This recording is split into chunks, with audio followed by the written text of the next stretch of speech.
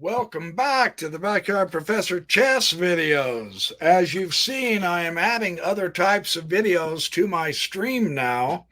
I've always loved philosophy, science, religion, analyzing other points of view besides my own. That's where proper learning takes place. But I'm not eliminating chess either. Chess is part of our lives. This is a good thing. But there's other things to also learn. I don't know if you're aware of that, of how wonderful of an opportunity you have to listen to some of my interviews with some of the world's great scholars.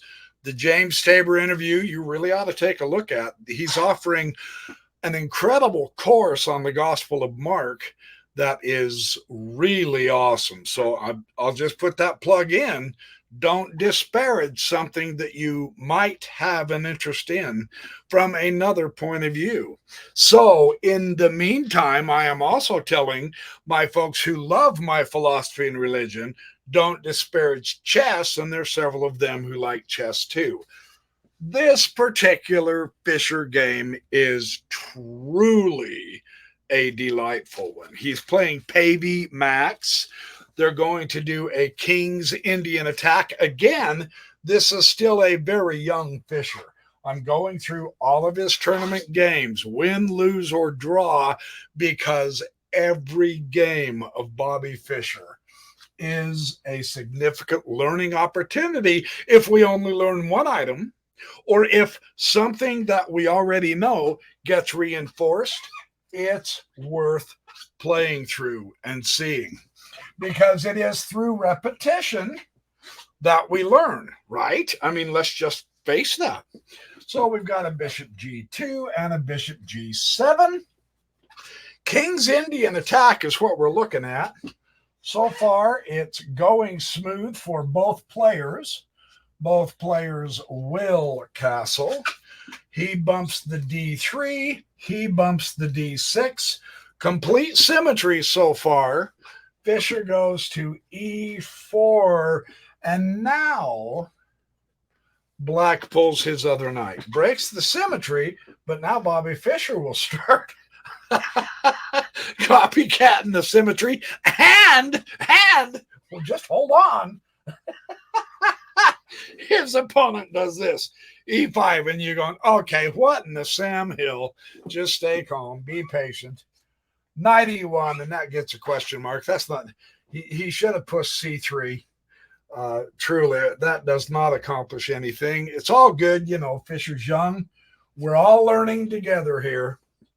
His opponent goes knight c5, and now Fischer starts pushing for more space, which is good. E will take the f4 without question, of course. And G will take f4. And you say, well, okay, hold on now. Fischer castled, and now he's blown his cover with the pawns. Let's see if that's significant. Again, I want to point out to you, it's not like he's exposing his king, but maybe down the road that could be detrimental. We'll see. We'll see. This is why we love to play Bobby Fischer games, because we all learn. It looks like his opponent is saying, ho, you're going to expose your king? Ho, I'm going to come after your king. Let's see what happens. Knight will come and guard, of course. That's not a worry. So see, he muffed it with his pawn cover, but Fischer is not exposing his king necessarily. However, look at this. So we can see play is on the king side here. There's no question about that now. So again, Fischer puts the question to the knight. Okay, what are you going to do? Watch what happens. He takes the central pawn instead. Interesting. Did I do that right? F takes e4. Yes. So this is interesting. What are we going to do? Well, D will take e4. That takes away the threat for the moment. Let's see what happens. And now, of course, the knight will go back to f6. So kind of interesting. Fischer does have the double central pawns. Kind of interesting. Just so we see what's happening. And now he will push the e5. He has the central pawns, so keep advancing, looking for more space, which, as we now know by now, without question, gives us a better maneuverability. Okay, so that's all good. Let's see what happens. The exchange of pawn. Truly almost saw that without thinking about it. And now, of course, now we get to play without the queens. So Fischer's going to eliminate that issue with the queens, leaving for the moment the rook on the open file, central open file to boot. But look at this. Granted, I agree it's an isolated pawn, but it is an isolated pawn, which means it's a passed pawn. Just so we're aware of the situation, okay? Not necessarily a threat yet, but now Black must keep his eye every now and then looking over. Oh, stay there, you little dweeb. Whoop, I'm watching you. What? I'm watching you. So we have this now. F takes the e5, and now the knight's going to come to h5. He still appears to want to try to crack the king side, or at least attack the king side, right? So let's see what happens. Fischer calmly keeps bringing more pieces in. I'll say that again. Fischer calmly keeps bringing more pieces in. Very necessary. Just to see how they play this, a good blockader is a knight, a blockader of a passed pawn. See, I told you, gonna keep my eye on you. Don't you move, you little dweeb. The best way to keep your eye on the passed pawn, blockade him. The best blockader is the knight because he can hop over the passed pawn and he's still influencing several central squares. That is a superbly placed central knight doing a wonderful job. I'm just pointing that out to you, just so you understand. That is, a rook works as a blockade. Any piece works as a blockader. A bishop would be a better blockader than a rook because the bishop would have the diagonal, right? That makes sense, a white squared bishop. The rook, it limits the rook's ability if it was the rook, just so we know, right? So a knight as a blockader, in a way, defensive, but he has offensive power as well. I'm just pointing out stuff. So this is good. This is becoming, for a game that started out imitating each other, this is becoming pretty good, right? Okay, so yeah, come on. What you want to do, this is good because, and I do want to point this out, very important, the knight does not belong back there. In the first place, it wasn't that good of a move when he made the move. So your piece that's not doing as much enough, that's the piece to focus on to get into the game and become useful. When you compare the two knights, no question, Black's knights are vastly superior to that one knight of white. Yes, come on. So this move truly makes sense. I'm just letting you know. Knight d3, and now here we go. Knight g3. He's feeling Fischer's king side out, isn't he? So you're going, okay, what are you going to do? Well, of course, rook has to move. So put him on the file opposite of the other rook. This is good. True, Black has not had a chance to utilize the file yet, but there's no reason to just give it to him and let him have it either. So that helps us understand why to put that rook there instead of here. This doesn't do a whole lot for you in the end, in the long run, right? I mean, it could, but you're going to have to, I mean, your pawn is blockaded. I know. Rooks be along behind past pawns. I get that too. In my opinion, though, for now in the middle of the game, this is the better place to put the rook. Yeah. Okay. I'm just expressing and explaining. Now, knight f5, he will bump back two powerful centralized knights on both sides. Notice how they're all kind of dancing around that passed pawn. I'm just pointing that out for you. It's not overly significant at this point, but it is interesting how this is working. Notice his opponent, now he's going to bring in more pieces. It's time. You've kind of danced around a little bit to see what Fischer would do on the king side with your knight. Your other knight's been doing a superb job. Okay, let's get more in here. You've got a long, beautiful diagonal targeting that blockaded pawn. That's important. Yes, it's guarded, but that's important. So bring more in, develop, get your whole army going. We have seen this in every chess game of the great chess players. We mimic that. We strengthen our chess. That's just how it works. So very good, very good. Knight h4. Okay, now Bobby's saying, well, okay, you're going to bring more pieces in. I have a passed pawn that's blockaded, of course. Perhaps I need to exchange some stuff off. Maybe that's what he's thinking here. Knight h4. Let's see what happens.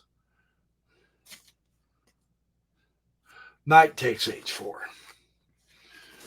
And the bishop will take h4. So,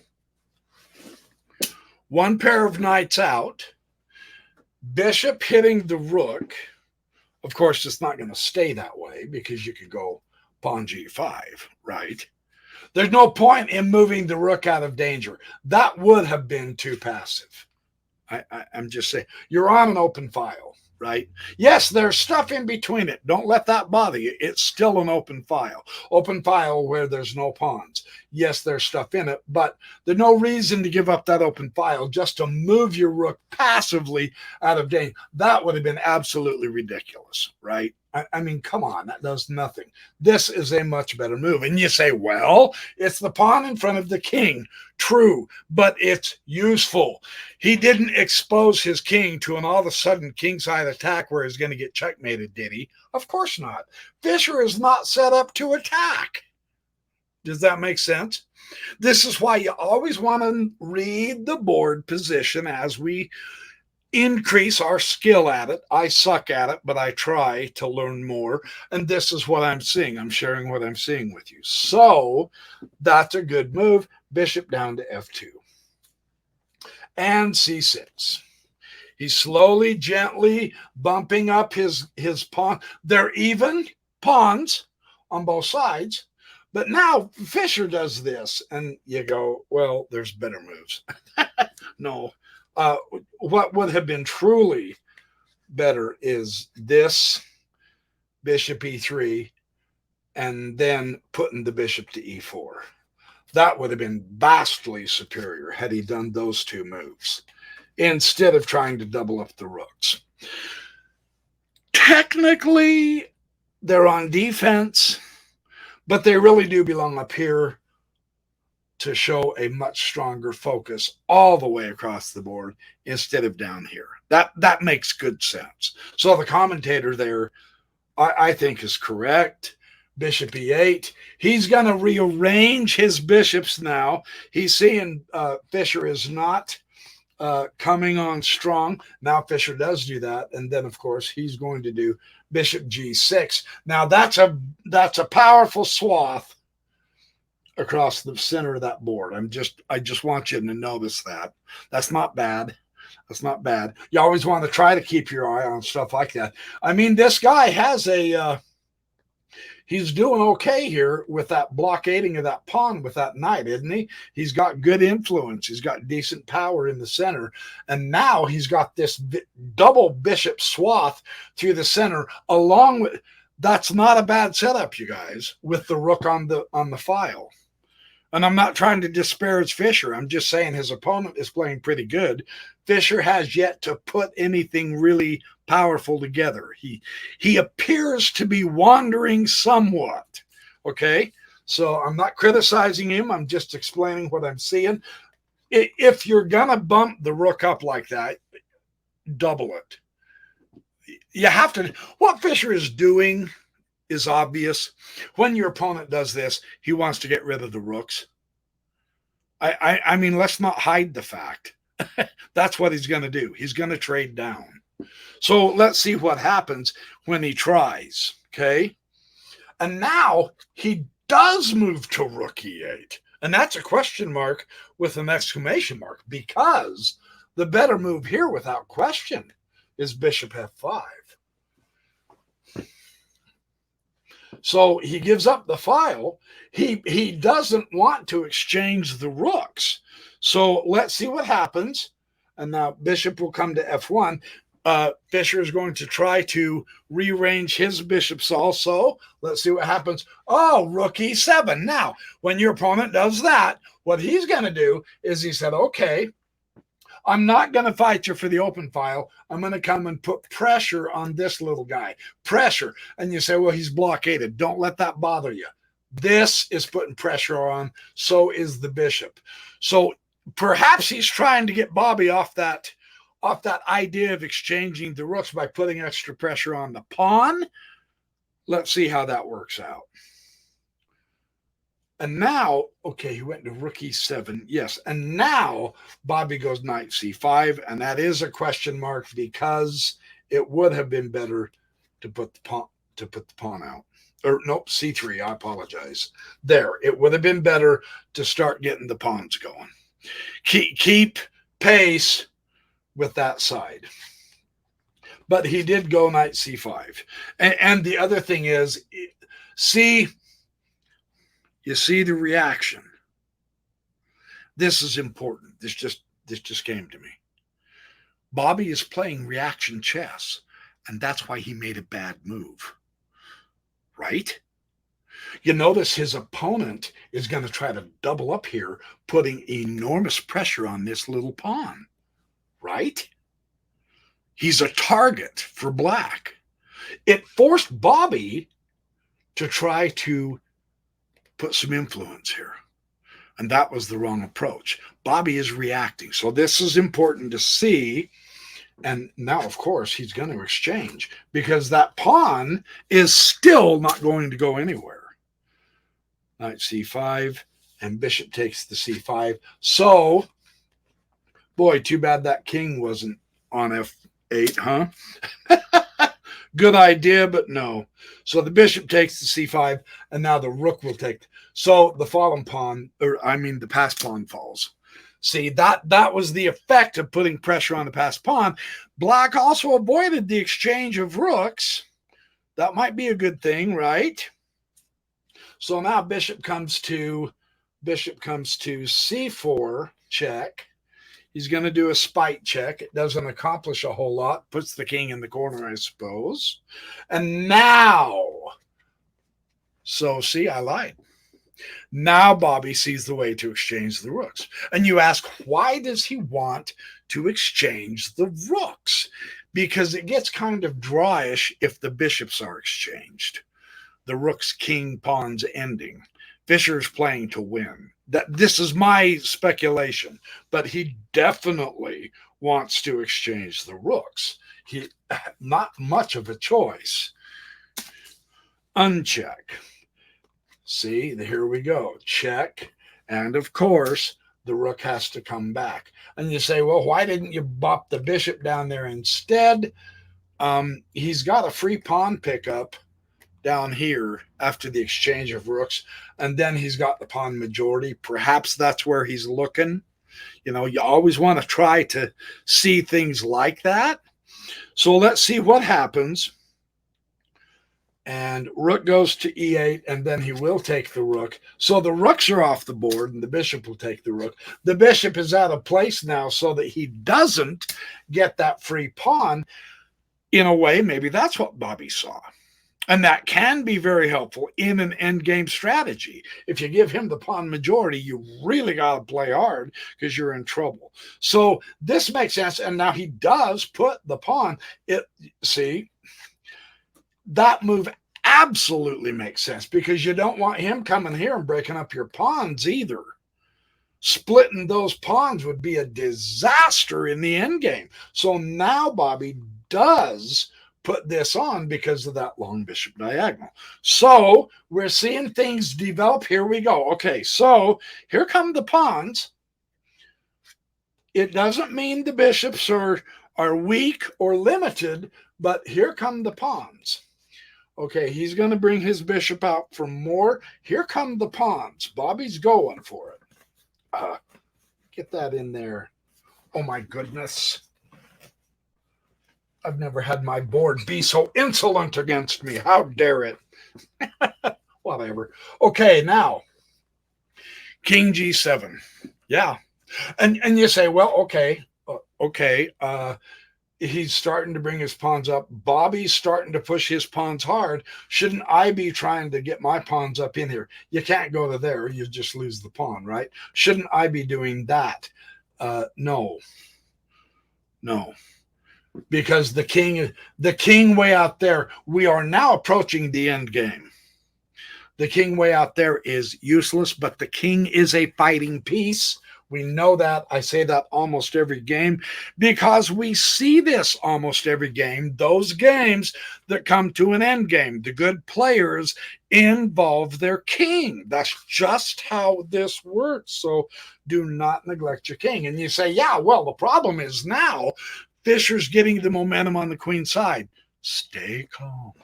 Oh, stay calm. Let's see what happens. Bishop comes back to d8. See, it's all good. And now Bobby is going to take the pawn. He's going to say, okay, I'll take it. A takes b6. And now a6. Did I write that down right? A takes b6, and he went a6. I don't recall that. We'll see, huh? King g2. Bobby's bringing his king. H6, he's going to connect his pawns. He's got the pawn majority on this side. So maybe this side is the side to play. Bishop d4, check. Centralization, fantastic centralization of the bishops. That is their most zenith height of power. They sweep this whole board. I want you to see that. That is really a great setup. Yes. And now he went bishop f6. That wasn't the way to do this. And you know what? I have done something wrong.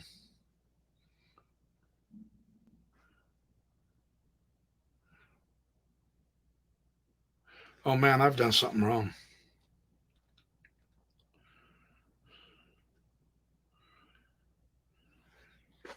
Hold on just one sec. I want to see this because this is such a good game. I want to make sure I did not muff this. Oh, yeah.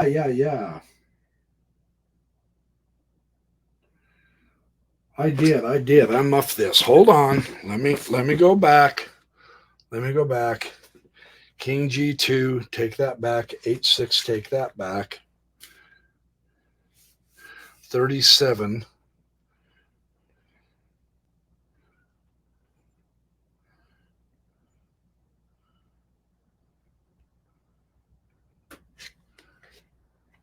He went to bishop d4, check. That was wrong.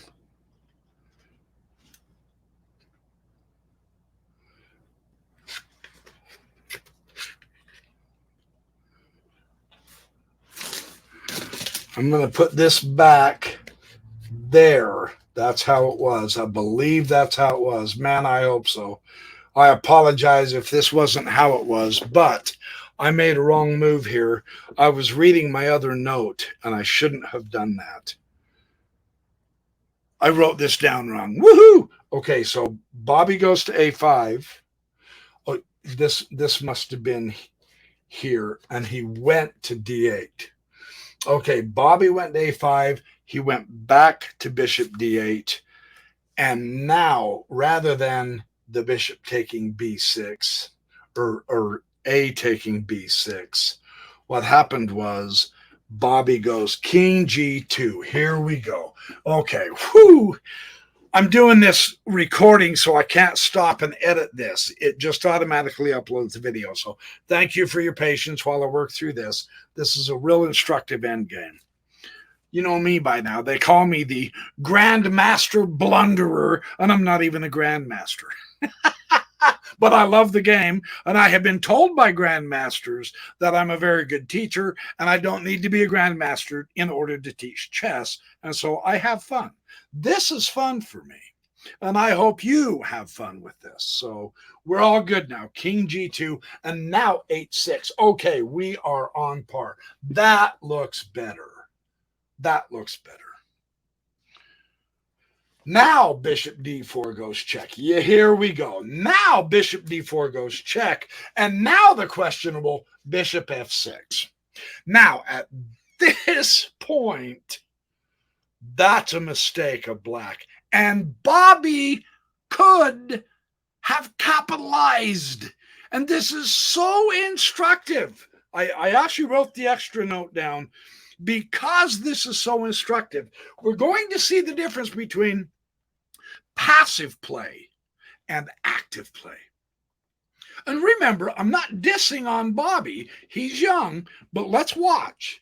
He went to bishop f2, and that blew it for him. He has the win here, but he did not do it. What was the better move? The better move was to take the pawn instead. Don't go back, take the pawn. And you go, what? Yes, take the pawn, because when the pawn retakes, there you go. You have the right color of bishop. Once that pawn's gone, to cover. You can actually come down here and go up there, and then it forces him on defense, and so you've got it. But he didn't do that. Dadgummit. He did not do that. He should have taken the pawn. That would have got the game. Instead, he went to f2. So, and this is still... No, he went to f6. And then Bobby goes back to f2. And now he comes up to c5. And so Bobby didn't get the win. That direction. Now, bishop will come up to d5. So he's got the right color covered, but now he lacks the power to punch the pawn through. He needed the bishop sacrifice to punch the pawn through is what happened. And he didn't do it. He backed down. That is the... And this is so instructive to see this. So now we can actually actively see the difference between passive play and active play. Sometimes a sacrifice is called for, right? So that's a good lesson for us. We utilize this as a lesson. And now bishop to e3, and now bishop to f7. Now here come all the bishops. Charge, here we go. And Bobby does not want to exchange the bishop now, right? Don't swap that bishop. You want to try to keep it anyway. That's endgame insurance, right? And so look at the centralization of black's bishops. Very good, very good. Now here comes... Now, in this instance, black kind of did a passive move, right? Oh. Yeah, black kind of did a passive move. He could have done that. Yeah, that would have stymied Fischer's pawn side on the queen. Or pawns on the queen side, wouldn't it? That would have been a much better move. It's okay, though. Bishop to d6. Where am I?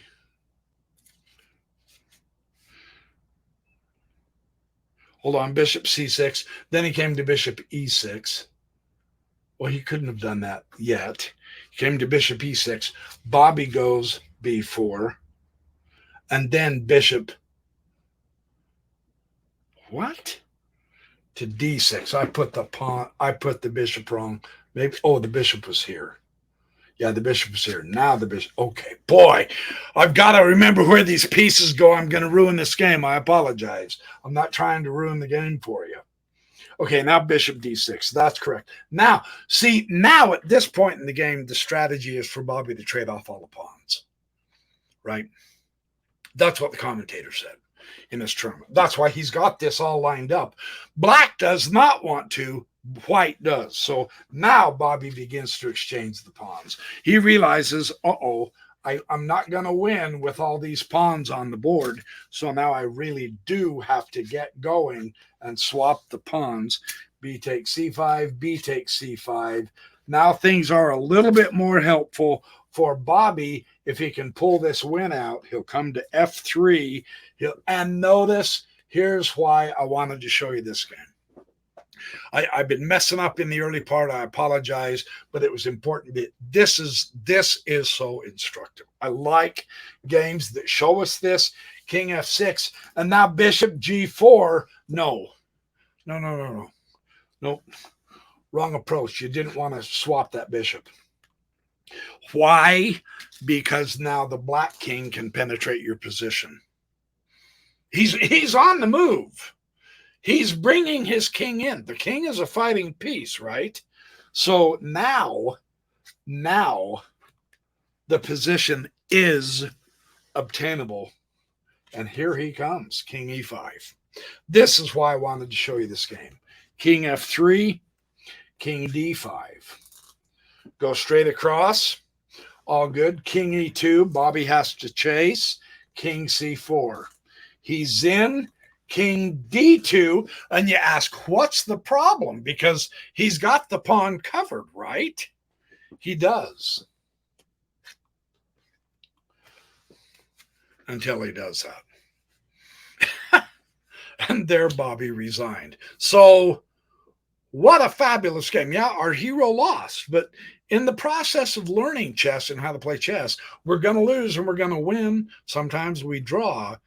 But every game is worth looking at and viewing. So thank you for watching my Backyard Professor Chess videos. These are a lot of fun to get back into. I apologize I disappeared for a few months, but I'm not apologizing for putting up other kinds of videos either, but I am not going to neglect chess either. I want everybody to get what they want on my channel. So stick with me. There's going to be plenty of chess as well. So thanks for watching the Backyard Professor Chess video. Remember, be good, do well, have fun, be kind, smile, because it makes people smile back. And we need more smiles in the world. Be kind. Steve Hartman on the road, Friday nights. Some of the best programming on the news channel. I watch it every Friday night. I love that man. Be kind. Pass it on. The world needs kindness. Okay, you guys, I will see you in the next Backyard Professor Chess video. Be happy, do well, and all that noise. I've already said all that. I've tried to close down, end the recording already. Did it end the recording? What the heck is going on? Did I even get that recorded? Wow. That's crazy. Okay, here we go.